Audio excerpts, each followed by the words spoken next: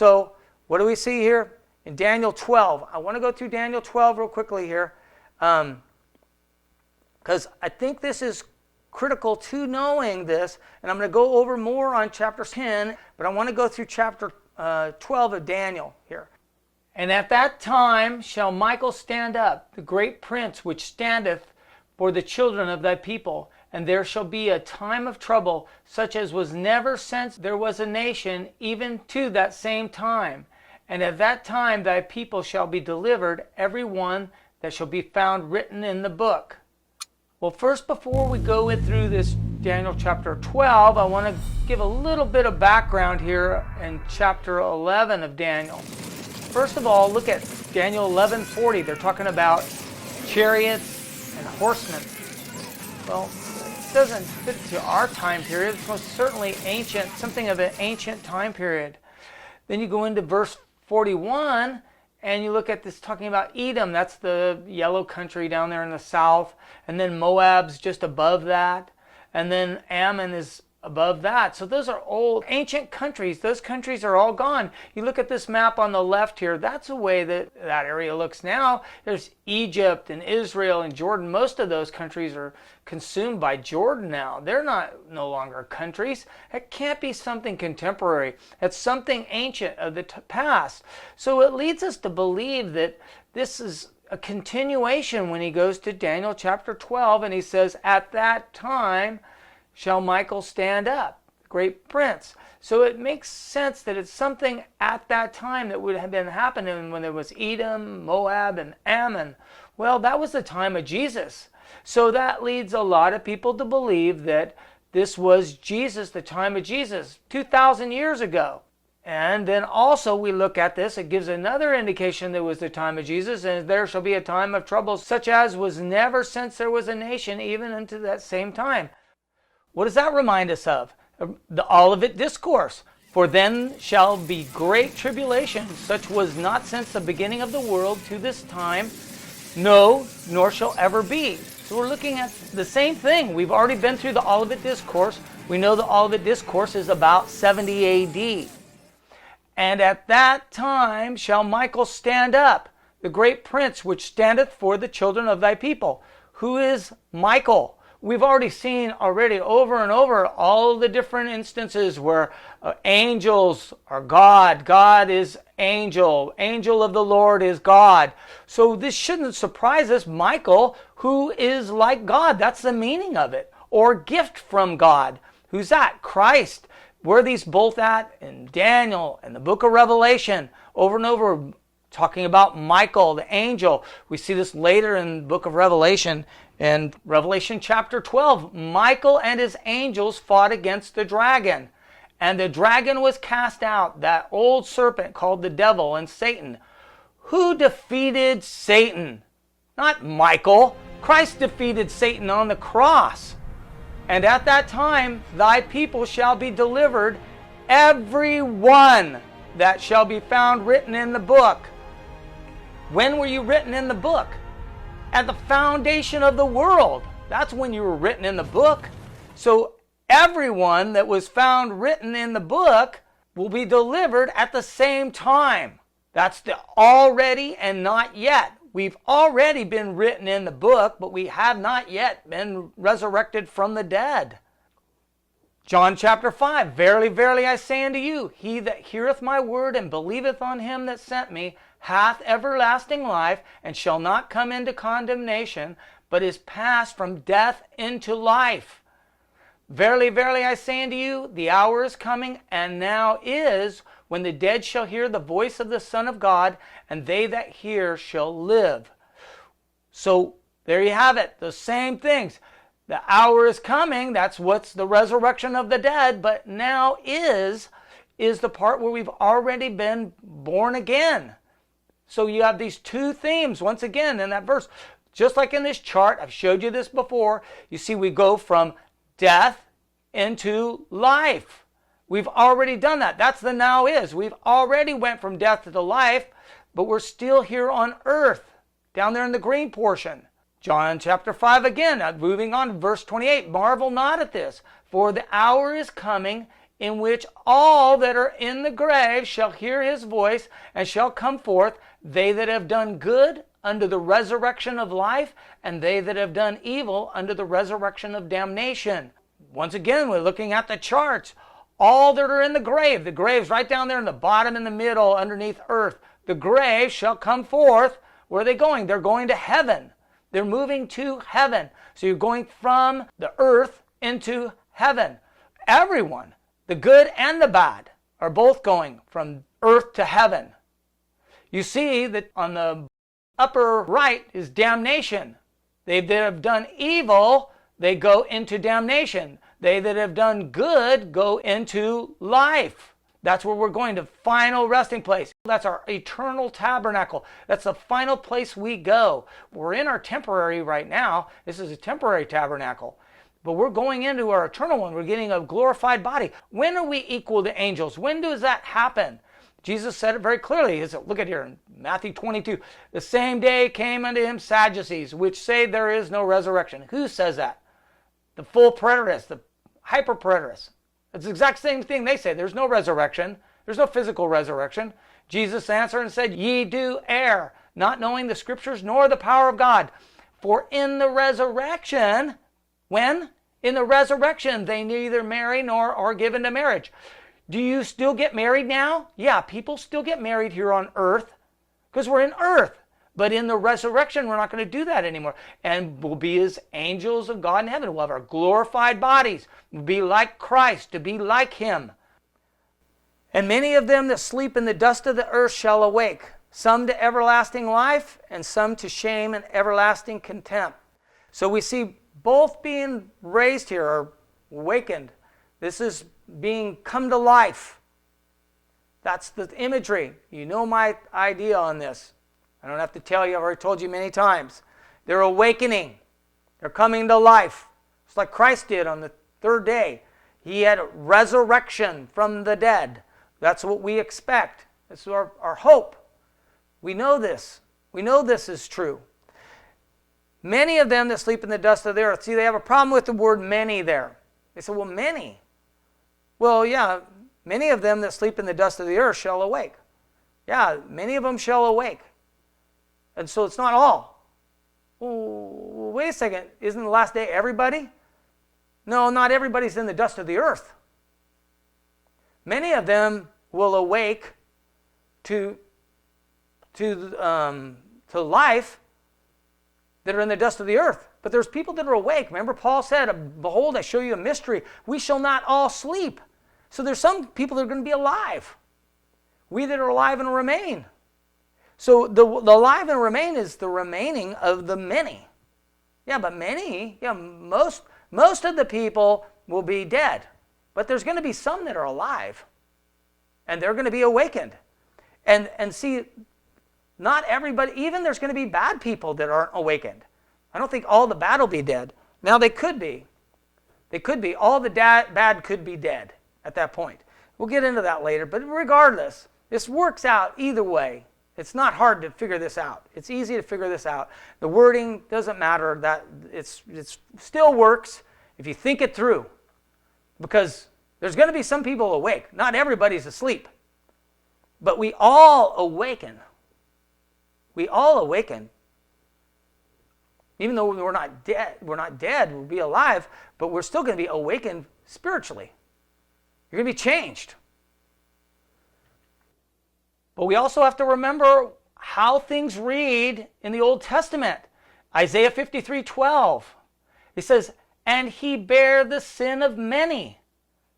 Did he bear the sin of many? Did Christ just bear the sin of many? No, he bared the sin of all. John the Baptist said in John 1:29, behold the Lamb of God which taketh away the sin of the world. Did he bear the sin of many? He bared the sin of all. He bared the sin of everyone.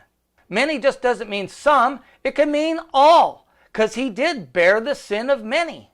These are impressions. Look at the same chapter, Isaiah 53:9.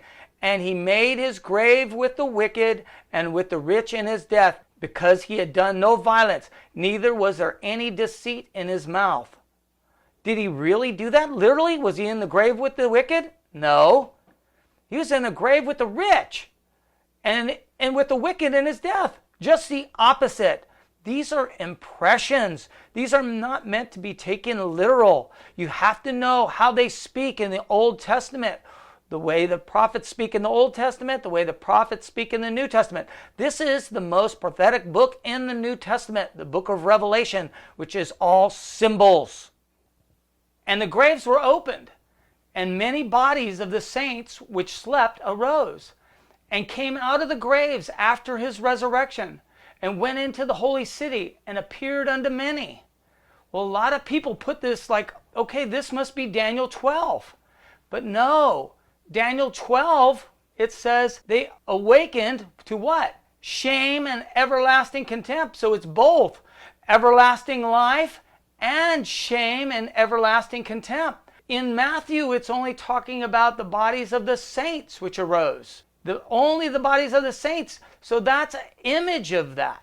Image of the resurrection. Matthew 27 is just a precursor to the resurrection. It's not the actual resurrection of the dead. It's just some of the people that came out. Because it was people that were saints that hadn't been resurrected. It's just a precursor. Just like what we've seen with like Jairus' daughter. That wasn't the resurrection of the dead. That was a picture of it. It's one person being raised from the dead. But also like Lazarus. That wasn't the resurrection of the dead. That was one man resurrecting from the dead. All those are precursors. Just like Christ's resurrection. That's a picture of the resurrection of the dead.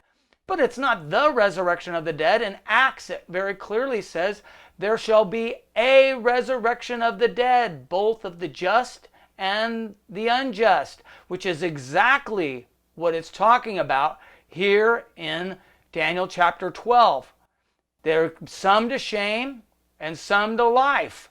So both of the just and the unjust, both of the life and shame. And lastly, I want to talk about this many, because a lot of people say many, but not all. So that's what they mean by this. They're saying that the many of them that slept in the dust of the earth shall awake. So not all. I say no way. I think it means all. See here, I have the literal standard version and the Young's literal translation. Both of those say, and the multitude of those sleeping in the dust of the ground awake. So in other words, instead of many, that says multitude, and that would be the literal version. Also, the NIV says, multitudes who sleep in the dust of the earth will awake. I think this is the impression that we're getting off of this. The multitude of those sleeping in that just means there's a lot of people sleeping in the dust of the earth, and they all awaken. Also, when we look at this verse, we're looking at this and saying, okay, what happens here? And many of them that sleep in the dust of the earth shall awake, some to everlasting life and some to shame and everlasting contempt. Well, if many means some and not all, what happens to the rest of the sleepers who don't awaken? Where do they go? They just sit down in the ground still? So we have to think about this. What does it mean? Why did only some awaken to everlasting life? Why leave some people in the ground? It doesn't make sense. Also, why did some awaken to shame and everlasting contempt? Where did they go? Did they go in the lake of fire? I mean, where did they go? And why leave some in the ground? Why not take them all? If the many means some, why didn't they take them all to hell? And why didn't Jesus take them all with him or whatever? So what they're saying is that many is some. I say no way. That means all of the people who slept in the dust of the earth. And that's exactly what we see too. I do agree, though, that it does have a spiritual aspect to it. And so the many or multitude is born again. All of them are born again. Many of them that sleep in the dust of the earth, or a multitude of them that sleep. Are the people of shame and everlasting contempt awakened in 33 AD? Well, where are they awakened to? They're talking about some to shame. That can't be about being born again. So I say, them that sleep in the dust of the earth are the people in the graves. And that's the way we have to take that. Jesus said, marvel not at this, for the hour is coming in which all that are in the grave shall hear his voice, and shall come forth. They that have done good unto the resurrection of life, and they that have done evil unto the resurrection of damnation. This is the impression that this Daniel 12 is giving us. So the spiritual truth, I do believe that there is a spiritual truth to this. The just did awaken to everlasting life or become born again in 33 AD. All of the just, from Adam to the last person on the last day. But the unjust did not awaken to shame and everlasting contempt. They didn't. And especially for everlasting contempt. Most certainly. So that doesn't work for the unjust. So I think there's two parts of this, just like we've seen before. There's the already. That happened in 33 AD. That's the just only. We're born again. In 33 AD, Jesus died on the cross for our sins and rose from the dead. He had a resurrection. And all the people were resurrected with him in 33 AD, but the just only. But there's going to be a physical resurrection on the last day of the just and the unjust. And this is the whole idea of Daniel 12 and Revelation 10. And I think that's what we really need to get the impression of this, which you're going to see more as we go along today. And they that be wise shall shine as the brightness of the firmament, and they that turn many to righteousness as the stars forever and ever.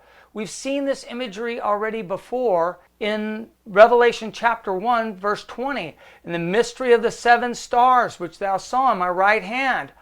That 7 stars we know is the entire congregation of God's people in heaven. So those stars that are brightly shining forever and ever, that turn many to righteousness as the stars forever and ever, we know is the entire church body is 7 stars. We know that they represent the angels or our spirit in heaven, and then the candlesticks represent the church here on earth. So it's representing both. So the 7 stars are the entire congregation of God's people, and the 7 candlesticks are the church here on earth. Ephesians 2:6 says, and hath raised us up together and made us sit together in heavenly places in Christ Jesus. That's our spirits are together in heavenly places. They are together as one in heaven, one on earth. So both on earth as it is in heaven. But thou, O Daniel, shut up the words and seal the book, even to the time of the end. Many shall run to and fro, and knowledge shall be increased. So here, see, seal up the book. Once again, this is why. Why does he tell them to seal up the book? Because it's for later. Just like what we're looking at here in Revelation chapter 10, this is for later. It's not for now.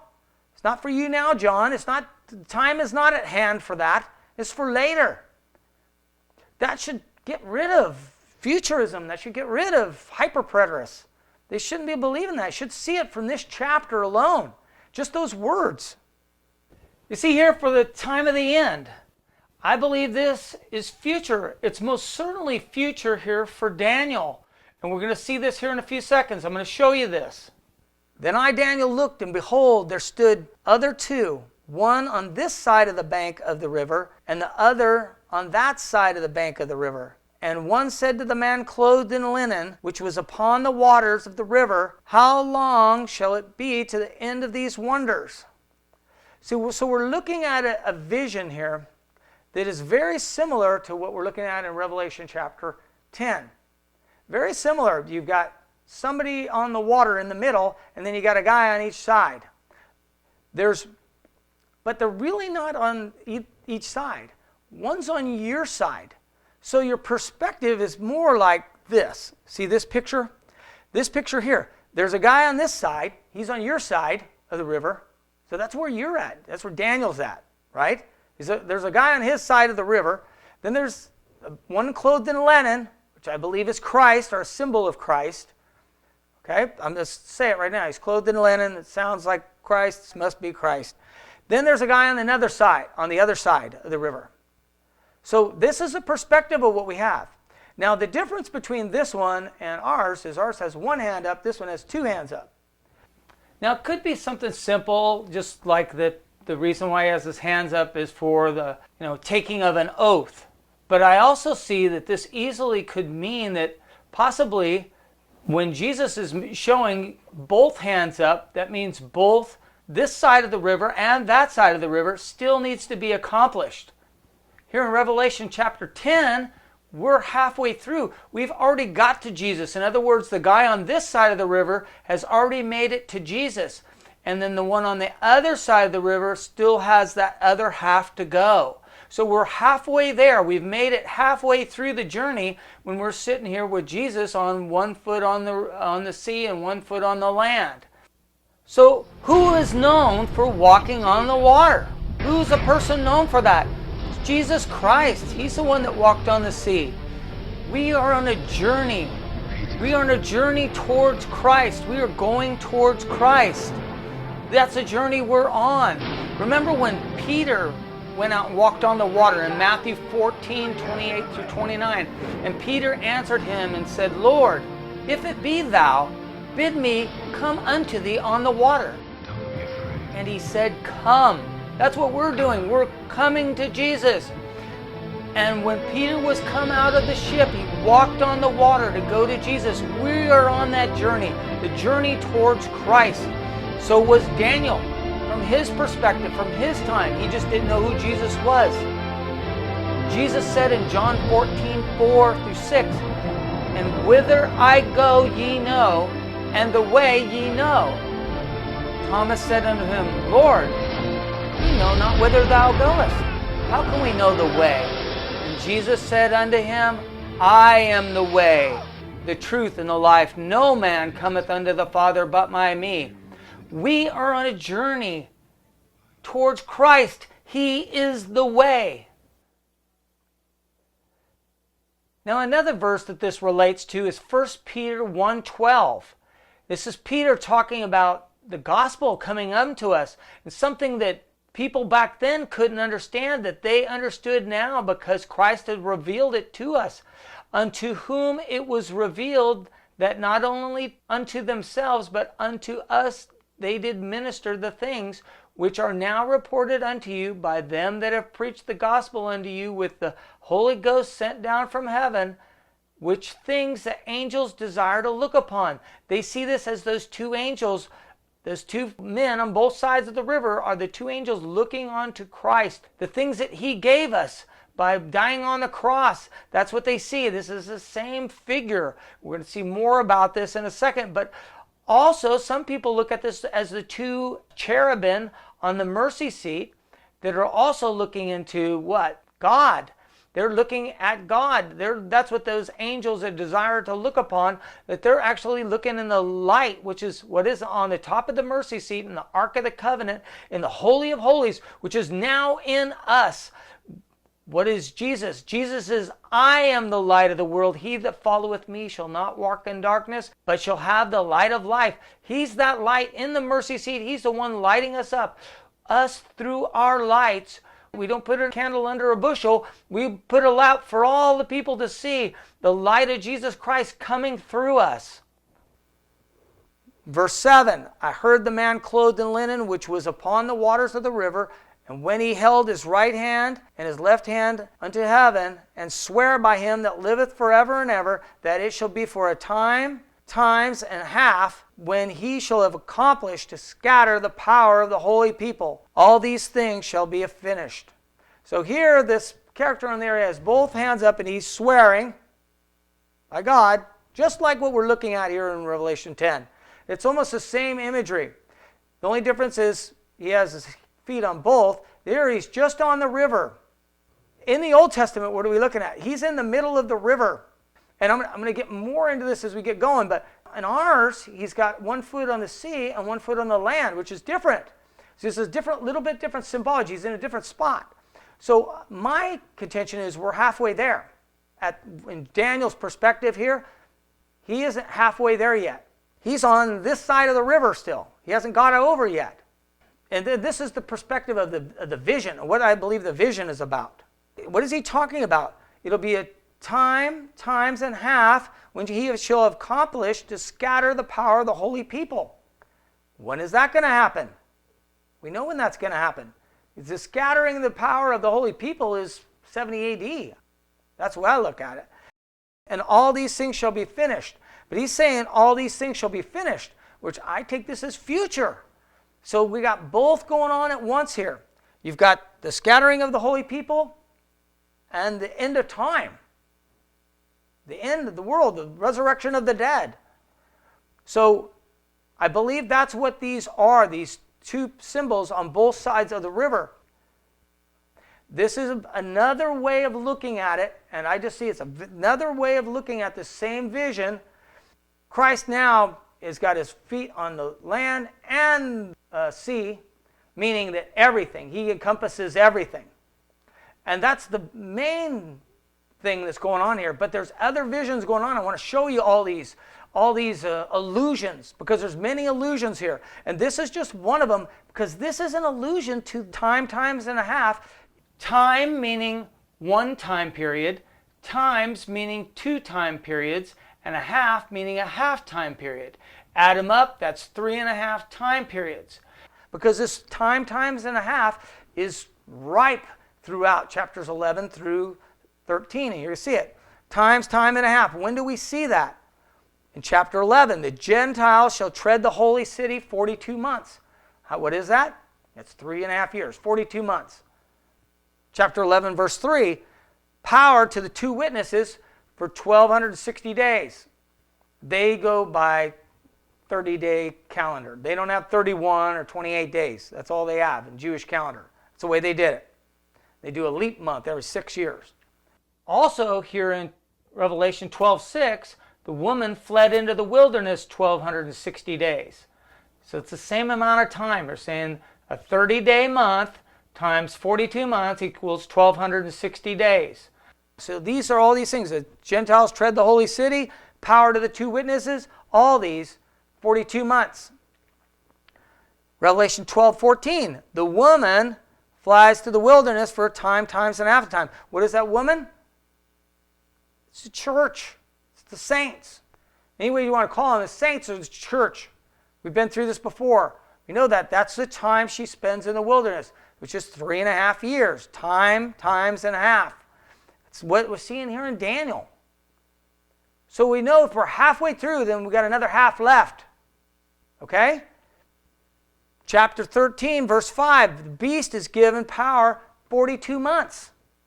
Right? So the beast, his power, also lasts 3.5 years. 42 months, 3.5 years. 3.5 years, 1,260 days, 42 months, 3.5 years, all the same thing. But all of these things have in common. They all happen through that time period. A lot of people want to put this as the tribulation. They say this is the tribulation, and 3.5 years is part of it. The other 3.5 years, the other part of it makes 7 years. So this is a whole 7-year tribulation period. Nonsense. Nonsense. All of these things, you'll see that all of these things have to be a lot longer than that. And we're going to get into that more as we go through. And by the time we're through chapter 11, you'll have a way better understanding than this. Right now, I want to tell you what I believe this is, and I'm going to go ahead and just tell you. But if you look at all these charts, these dispensational charts, they always have these charts of thousands of years, through the 1,000 years, and there'll be 7,000 years for everything to be accomplished. They want to make everything literal. I believe that Daniel 12:7 and Revelation chapters 11 through 13, I believe, are the church age. And I'm just going to tell you that right now. I believe it's the whole thing, that time, times, and a half are the church age. So it's everywhere from Christ to the last day. So that 3.5 years is symbolic for a long period of time. However long it's going to be. If it's 10,000 years, whatever it is. Right now it's over 2,000 years, or just prior. It's not quite 2,000 years yet. But it's just about. And I see this as all the time being signified as 7 years. This is very symbolic. So it's going to be hard to grasp this. You have to think about this. Similar to like what we were going over a little bit in chapter 20. These are symbolic numbers. All the book of Revelation is symbolic number. All the sevens mean complete. They don't mean 7. They don't mean the number 7. What they mean is complete. So if 3.5 would be half of it. If you smack dab Christ right into the middle of it, you've got the Old Testament, you got Christ, and then you got the New Testament. So you got the cross right smack in the middle of it. Which you see a lot of charts and people do this. They don't do it the way I'm doing here with the 7 years. Now, there are people that do. This is an idealist way of looking at it. The idealists look at it this way. This isn't something I came up with. This has been around for a long time. This is the way the idealists look at it. And they see that all the time would be representative of 7 years. And then, so the church age would represent 3.5 years. So we see this throughout the book of Revelation, this time period of 3.5 years. And we've seen this, the Gentiles tread the holy city 42 months, power to the 2 witnesses, the women fly to the wilderness for times and a half a time, and the beast is given power for 42 months. It's all 3.5 years. All that would be the church age. All of those. And it fits perfect. And all those things happen over a long period of time, not a short period of time.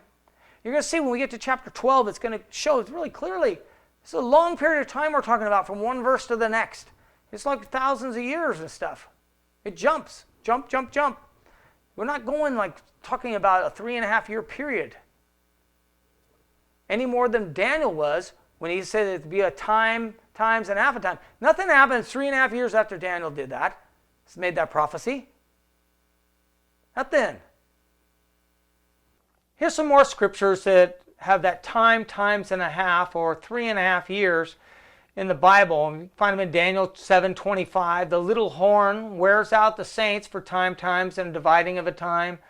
Luke 4:25, the days of Elijah, heaven shall be shut up for 3.5 years. That also could be an allusion to the same time period. James 5:17, no rain for 3.5 years, and Elijah prayed. You can look those up too, and the one we're looking at now, all these things shall be finished in a times and a half. These are all different spots in the Bible rather than Revelation that have this time and a half, or 3.5 years. They may or may not fit to it, and I will get into that as we go and show you how these fit, but I don't have time today. But what I do want to show you is how this Daniel 12 and Revelation chapter 10 relate to each other. See, here we have a parallel between Daniel 12 and Revelation chapter 10. See, look at the first one, seal the book. That was in Daniel chapter 12. It says, seal up the 7 thunders. Very close to the same thing. This is something for future. We know this is a future event. Both happen in verse 4. But it's talked about in Daniel 12. It's talked about in Revelation chapter 10. Verse 6, upon the water. There's what? There's man clothed in linen upon the water. We see that both on the water and the land in Revelation chapter 10.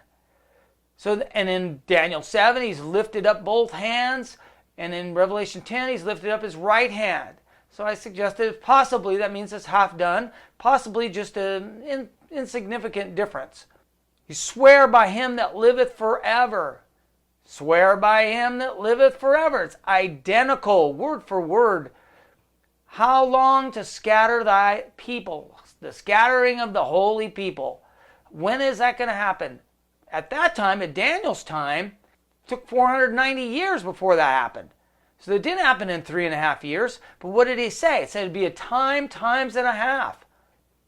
Then in Revelation chapter 10, it says there will be time no longer, no delay. This is going to happen right away.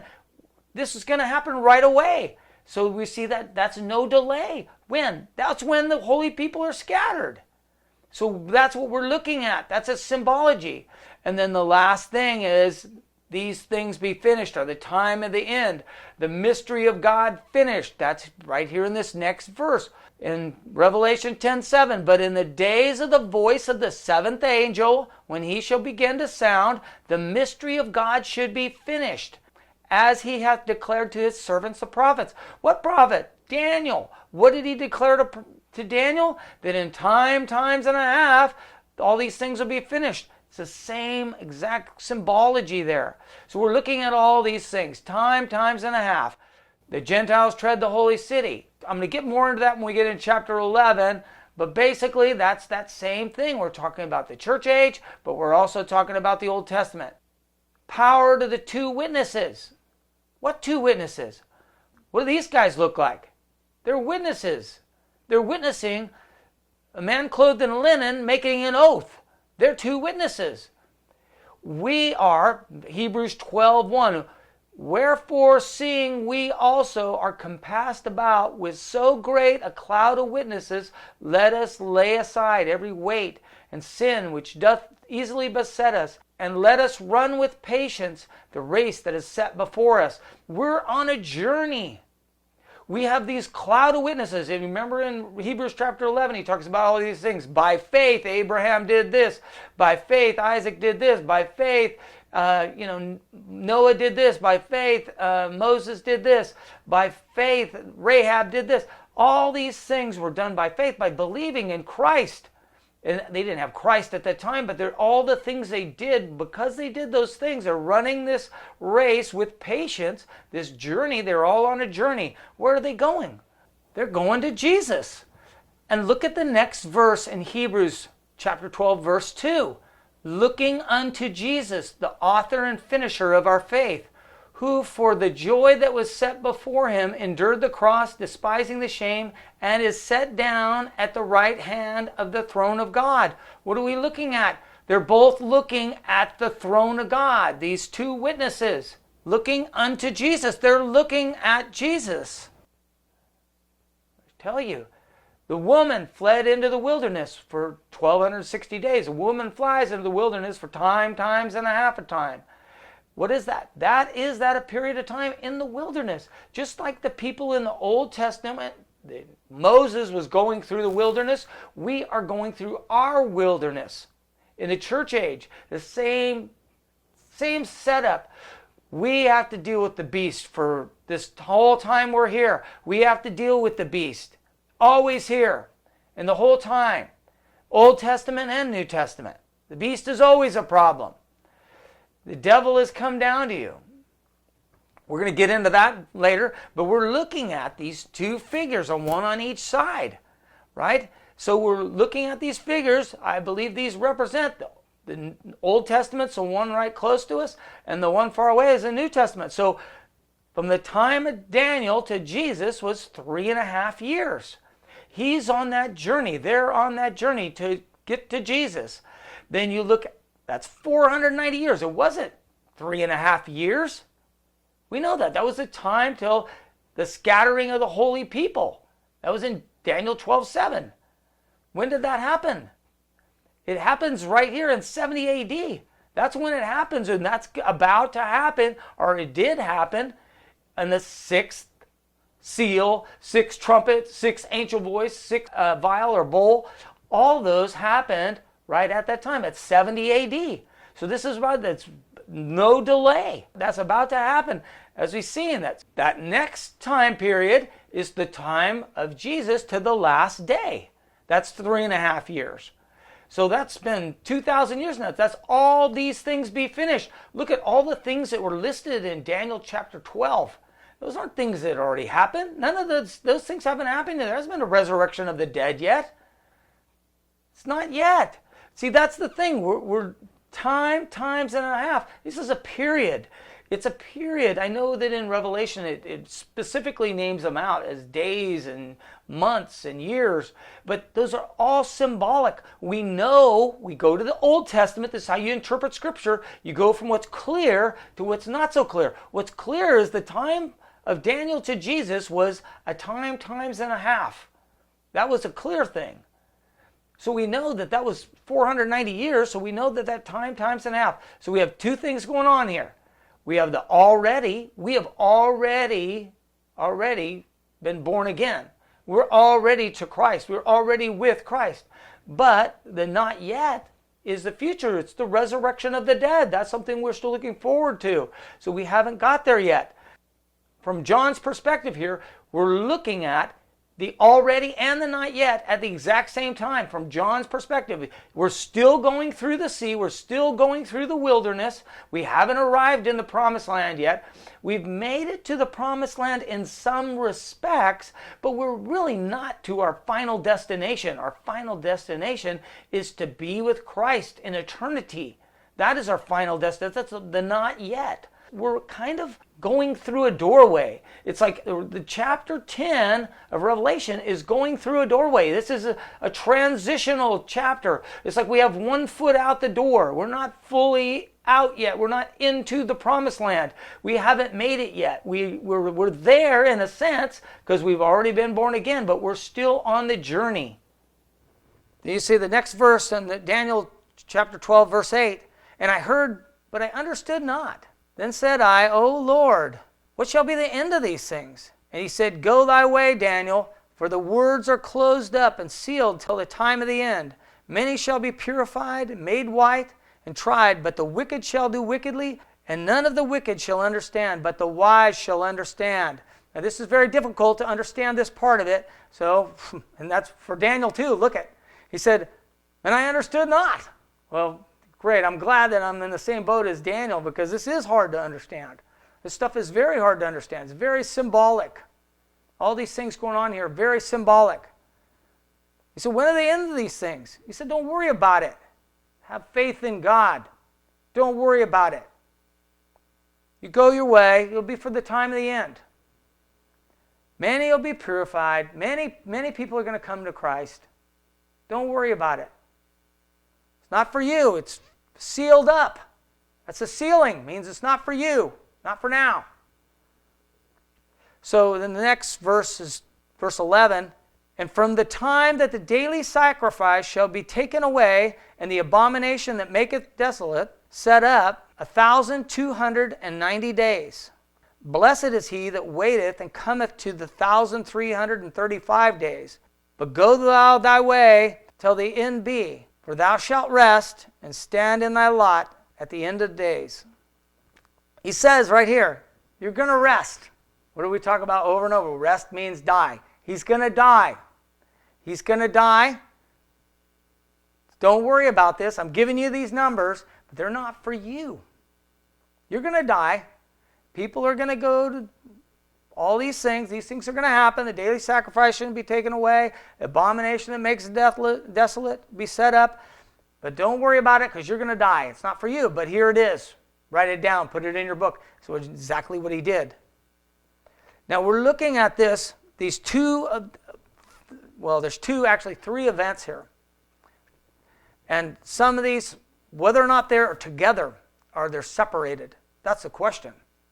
Are these all these things together? Or are they separate? So we're looking at these things, the 1,290 days to 335 days. We know there's two separate numbers. That's no problem. But from the time, that's the question. From the time, from what time? From the time the daily sacrifice and the abomination makes desolate, right? In the Septuagint, it says it a little differently. It says, and from the time of the removal of the perpetual sacrifice, when the abomination of desolation shall be set up, there shall be 1,290 days. That's completely different. So there, in the Septuagint, it really makes you think that those two events are tied together. That the perpetual sacrifice and the abomination of desolation are together. Because it's saying when the abomination of desolation shall be set up. At that time. So if you look at this chart here, this is the way I think it should be. The daily sacrifice taken away when the abomination that makes desolate is set up. Because some people want to spread these out. They say the daily sacrifice taken away and the abomination of desolation. Two different events. I think they are two different events, but they happen at the same time. And the Septuagint fits to that description, I believe, very well. So I believe it's like this, not like this. Another way people will take it is they'll put 1290 on one end and 1335 on the other. So the time of Daniel, maybe the last day. This is another way people will put it. I think this is probably another scenario, but I don't see it that way. Some people make this completely different. They'll put, this is like the time of the tribulation. They use completely different wording than what I use. They'll say that, that's the start of the tribulation and it's 7 years and then all that. They do it completely different, but they have it set up basically in some kind of setup like this. Some people also say that Antiochus Epiphanes and his sacrificing the pig had something to do with this. I don't. I think Christ is the subject of this. I think this is the final thing said in the book of Daniel, And I think it all ends with Christ. Now, another thing it could be symbolically, you're looking at the 1260 days, which is actually 3.5 years, but here we're talking about 1290 days. So that's an extra 30 days. That could indicate a leap month in there somewhere, because you're dealing with 7 years. So over 7 years, there would be a leap month in there. So that might be what the 1290 is about. But there's also another 45 days, because you got the 1260, you got the 1290, then you got the 1335. That adds another 75 days, which that's 2.5 months. Some people will say these 45 days on the end is the time that it takes God to judge everyone at the great white throne. I think this is relatively silly. I think he'll judge everyone instantaneously. I think he's going to judge everyone in a twinkling of an eye. He already knows who's going to the lake of fire, you're not going to have a time to talk to him about that.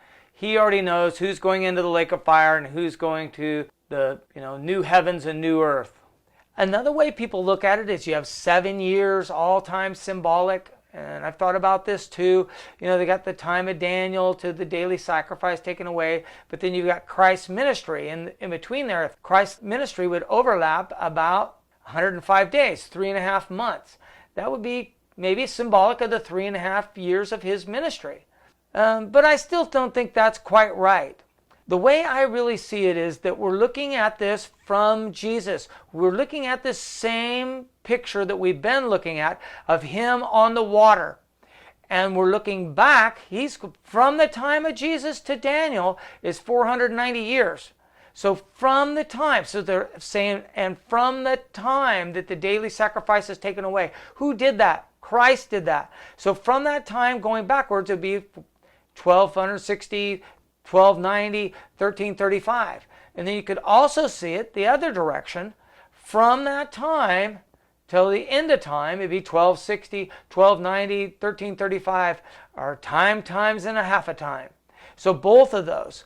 So also you look at this, well, you say, wait a second, Jesus is the Alpha and the Omega. So that's who we should be looking for as the beginning, the starting. He's the Alpha and the Omega, the beginning and the end. So he's the beginning. He's the beginning of this time frame. Because a lot of people say, what do they mean? When does this start? Where do we put this time frame? It's from Jesus. When Jesus died on the cross and was resurrected, everything starts from that time. So you go back 490 years to the time of Daniel. So that would be the 1260, 1290, 1335. Same going the other direction. But you also could see it the opposite direction. So we're looking to Jesus. We're going to Jesus. Daniel is going to Jesus. So from that time, it'd be 490 years. Same with us. We're looking back at what Jesus already did. He was looking forward to what Jesus was about to do. We're looking back at Jesus, those same numbers. So I would look at it more like this chart. So you say daily sacrifice is taken away when the abomination made desolate is set up. Who did that? Who did that? Christ did that right in the middle. The cross is right in the middle. 33 AD is when he was resurrected from the dead. That's a starting point. The 1260 and 1290 and 1335 come out from there all the way back to Abraham or even more, and then all the way up to the last person on the last day. It's going out. Said how long? Times and a half a time. How long? 1290 days. How long? 1335 days. Blessed is he that waits until this daily sacrifice is taken away. The abomination that makes desolate is set up. Who is that? That's Christ dying on the cross for us and resurrecting. That's who we should see always. We should be looking at Christ, everything. He said, look for me in the Old Testament. That's what we're supposed to be doing. So from the time of Daniel, or time of Abraham even, Jesus said, Abraham looked forward to see his day. We are looking back at Jesus' day. We're looking back at 33 AD. That's what we look back to. That's our redemption. This is all about our redemption. It's our historic redemption. What we've already been redeemed of. Our sin. And we could also look at that, what we were looking at earlier. That's who are those two cherubim looking at? They're looking at Jesus, the light of the world. That's what they're looking at right there in the middle. Then what else are we looking at? Could also see this the opposite. We're looking at, okay, this is the Abomination was set up in 33 AD, you say, because that was what they did to the temple. They destroyed the temple. They were abominate. That's why he kicked them out of the temple, because the abominations that they kept doing. So he destroyed the temple. That's what happened in the Olivet Discourse. But we have the already and not yet aspect of this. We look back and we already are born again, but we're not yet with Christ. We haven't been resurrected from the dead yet. That hasn't happened yet. But there's still something there. You say, well, how could this be future? What is not yet about looking at Jesus in the middle here? There still could be another daily sacrifice taken away. I believe there could. Many people will say, no way. I think that it is possible that it could be someday in the future. What would that be? Look at Romans 12:1. I beseech you, therefore, brethren, by the mercies of God, that you present your bodies a living sacrifice, holy and acceptable unto God, which is your reasonable service. What is that? Our bodies now are the living sacrifice. So if somebody could stop us from making our daily sacrifice, then that could be another abomination that stops that daily sacrifice right there. We're looking at Christ. And when he sees that happen, then that's when the last day happens. That's when the resurrection of the dead happens, because we can no longer present our bodies a living sacrifice. And I'm going to talk to you about that in a second. We can also look at this in the 70th week of Daniel. What happened right in the middle of that week? Sacrifice ends. In the 70th week of Daniel, what is the 70? It's a week. Means what? 7 years. Just like now we're looking at what? So it's a short period of time, a week. It means a long period of time, 7 years. What are we looking at here? 7 years equals all of time. So we're looking at a small period of time that means a long period of time. Much longer than the week to 7 years, but still it's the same principle. Can the sacrifice, removal of sacrifice, ended in right smack in the middle of Daniel? So if you say this perpetual, it wasn't really perpetual. Unless you see it as Christ as a continuation of it. So when Christ sacrifices, he's not ending sacrifice in that so much as it's another sacrifice that continues the sacrifices that they were doing. Or you could look at it as Christ's perpetual sacrifice ended that sacrifice. The sacrifices in the Old Testament were just a shadow of who Christ really is, the true sacrifice. Finally, this is the summation of the book of Daniel. All the things that we've seen through the book of Daniel should be coming to our mind now about the rock of Christ, breaking the feet of the image, and things like that. We should be looking at all those things. Christ is the summation of the book of Daniel. Christ, that's who we should be looking at, is Christ. Christ, when Christ came, nobody knew exactly what he was going to do. They all thought he was setting up a physical kingdom. That's what they thought. Nobody thought he was setting up a spiritual kingdom. No one knew that. They couldn't figure it out. He had to expand on the scriptures and tell them about these. They didn't understand it. For us to think that we could figure it out is wrong. We aren't necessarily going to be able to figure everything out. I have to humble myself and say, hey, I don't know. I don't know. This is something I may not know. So I have to take that step back and say, leave it to God. I trust you, God. I trust you. So wisdom says, so the wise will know about this. Wisdom is knowledge applied. If we don't have the knowledge, how can we apply it? Like, Daniel was wise, but he didn't know. Daniel was most certainly wise. Solomon, the wisest man ever. But he didn't know what this was. He doesn't know what it is. It was obviously because written after he died. But regardless, even Solomon, if he lived today, he still wouldn't know. Wisdom is knowledge applied. You have to have the knowledge in order to know this. But regardless, even if you're really, the wisdom comes from how you respond to the knowledge you have. If you don't know what it is, you can't respond to it. So God doesn't want, he sealed this up until the end. So we don't need to know this until the end. And it may be somebody hundreds of years from now, thousands of years from now, they may know. Future people may know, but we don't know. And maybe we will in 10 years from now, 20 years from now, whatever, we might know. 30 years from now, we might. But we don't. I bring this up because I'm going to talk about something now that's going to sound really science fiction-y, and it's going down a road of newspaper exegesis. This isn't in the Bible. This is just my thoughts. And I say this, and I'm a little bit hesitant to say it, but I think it's good to people to think about this. Right now, we think in terms of what the abomination of desolation is and what daily sacrifice is. We think mostly in terms of these, and this part is true, this is biblical. We think in terms of this, like the temple. There has to be a temple to have a sacrifice. But our sacrifice is no longer a temple. We make our bodies a living sacrifice. Romans 12. We're making our bodies a living sacrifice, holy and acceptable unto God, which is our reasonable service. This is our reasonable service to Him. So our bodies are the temple. And we're going to get more into that when we get into chapter 11. But if it's possible, and this is possible, if it's possible to do something so that people can no longer do that, that would end our daily sacrifice. If there's something that could go into your body that would no longer make it so you could make your body a living sacrifice, that would be ending sacrifice on all people. God wouldn't want that. That would be an abomination to God. He's destroying the temple. Just like He says, your temples are holy. Be holy, make your temple holy. Your body is a living sacrifice. Your body is a temple of God. That's what Paul says.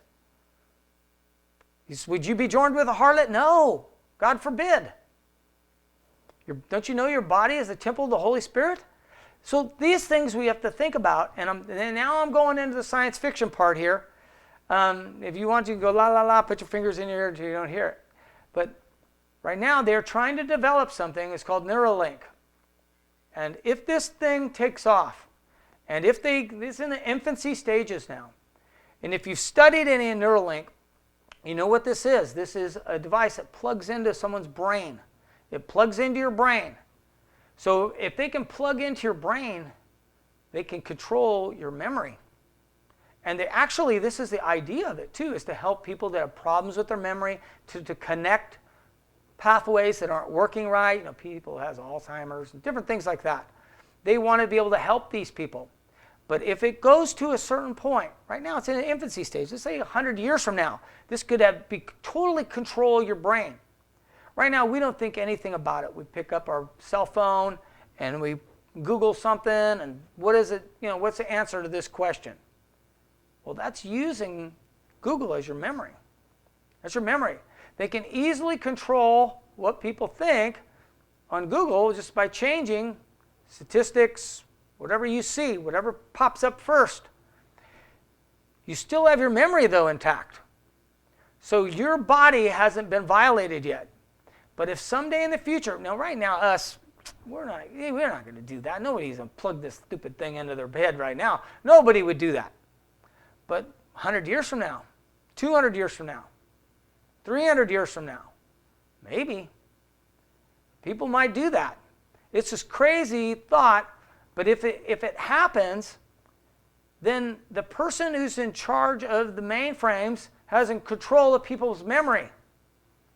They have control of people's soul. Because your mind is your soul, your brain. Your brain and your mind is your soul part of you. Now, will it be a living soul, the computer? No, it's not. Of course not. I have a whole teaching I did on that. I haven't put it out. It's part 4 of my What is Truth teaching. And I need to put that out so that people have a better understanding of all this stuff.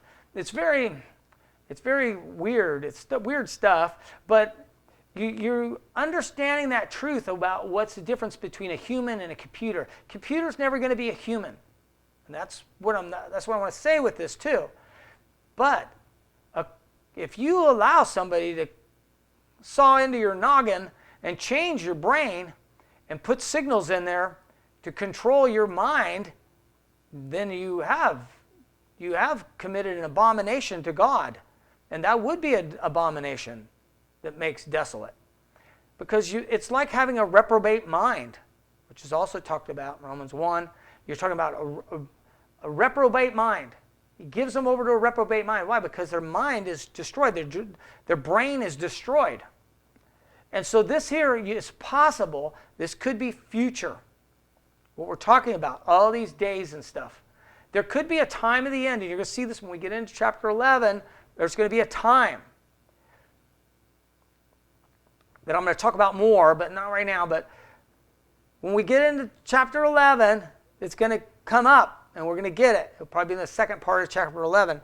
But regardless, always look that this isn't necessarily something for us, but we have to be aware of it. And I'm not even saying that Neuralink's a bad thing or anything. Don't get me wrong with that. I'm just saying someday it could be a problem. It could be.